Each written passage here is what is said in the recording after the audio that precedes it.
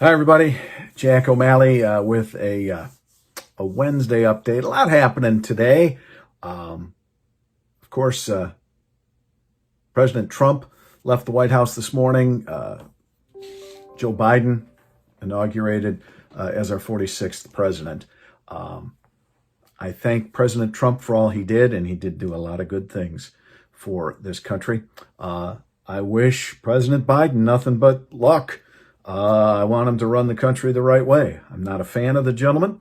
I worry about his policies, but he's the president, so we move forward. I do want to promise everyone that we will investigate our elections to make sure that if there are any issues, that we can get them fixed. And if there was any wrongdoing, we'll find it. I knew I had to say that in there because if I just wished President Trump and President Biden the best, someone would call me out for, but what about? We will investigate.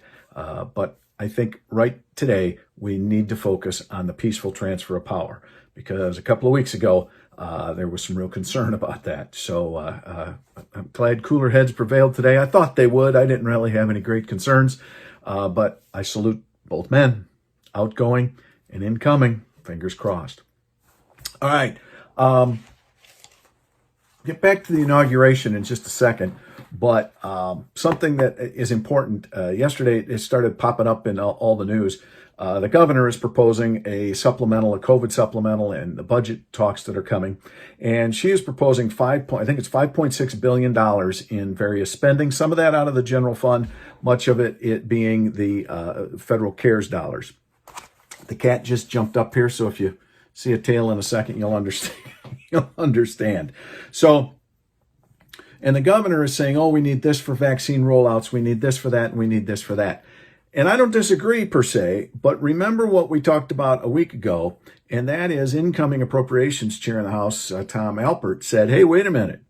Tell you what, Governor, if you don't start opening up the economy, if you don't start doing things and moving this state forward because you're killing us, we're not going to talk to you about appropriations. We're just going to do our thing because we'll talk to you and show you the courtesy that you've shown us, right?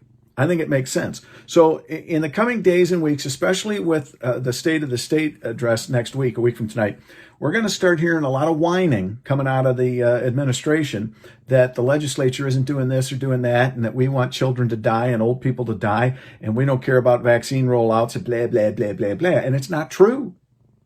We do.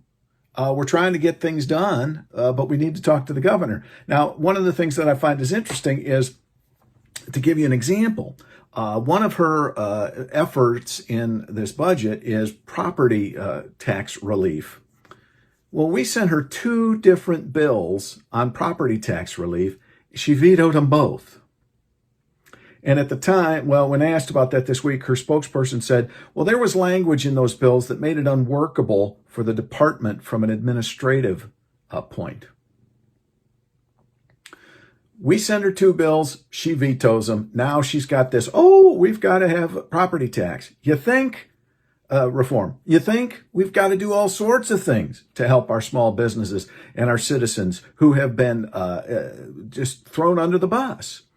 And, as we move forward here, I say this so that people who are defending the governor to the utmost stop and think. The legislature doesn't necessarily disagree with the governor on everything. Property tax relief, we agree. It's how we go about it, and let's talk about it. But the governor has not talked to us. So when people who defend the governor, thank you, governor, for making us safe, think about what she hasn't done and what we need her to do. And I'm going to get to that in just a second. So I just find that very interesting. And to give you another example here, the governor, I was talking with some restaurant people, and the hope is that she agrees and goes with her February 1st date to open up restaurants, right? But we're not 100% sure. Talks are still going on. And talking to some of the restaurant folks, we are the only state in the country that doesn't have metrics. When you hit this, you can open back up. And all states, 44, 45 states are open. Michigan is one of 4 right now. Illinois, but they're opening up. Washington has their restaurants closed. California closed, but county by county they can be open. And then there's Michigan. And one of the things that has a lot of people worried is because, circulation in these restaurants and bars, that's not good. That's what's causing all the problem, right? So one of the concerns is that the DHHS and all those folks are saying, well, we're going to have new HVAC rules for restaurants and bars. Wait a minute here. Air circulation? Think about that. First of all, what happens if you're in a small community and they only have 1 or 2 HVAC companies for the region? It's going to take forever. Second of all, that is a huge expense of buildings or businesses that you've forced to be closed for months and months and months and that are on the ropes now. But you're going to say one of the things before you can open is you have to have a new HVAC system or an upgraded HVAC system? Come on. And this is from the people who say igloos outside are okay. We can't have some people inside, distanced, following all the protocols, but we can stick them in plastic bubbles outside. Well, yeah, we know they're inside, but they're outside, so that's okay. That's hogwash. And this coming from a governor who went to the inauguration today. Now, part of me, I don't care where she goes. But think about this. This is the governor who kept you from going to Thanksgiving dinner with relatives or Christmas with family because it was a 10-person, 2-family household maximum. And if you don't do it, you're being irresponsible and you're putting people in danger. Well, here we have a governor headed off to Washington, and I'm going to guess that there were more than 10 people there, and they were from more than 2 families. I'm just guessing. So, with the governor going to Washington and tweeting pictures of her masked face with people all around her, I'm going to assume that that is signaling to us that it's okay to go out and do what we want, as long as we follow the protocols. She's obviously saying, we're open, we can go. Isn't that what you could read into her going to Washington and being with more than 10 people from 2 families? We're free to go about our business. Wear a mask, be safe, follow, yeah, but we can do it. So, Madam Governor, open the restaurants immediately. Don't wait till February 1st. Open them immediately. I'll stop there because I was about to say something that I probably shouldn't as a gentleman. The other thing I want to touch base on today is interesting. I got called from the media about this, and I didn't even realize it. I guess it happened in the wee hours of the morning.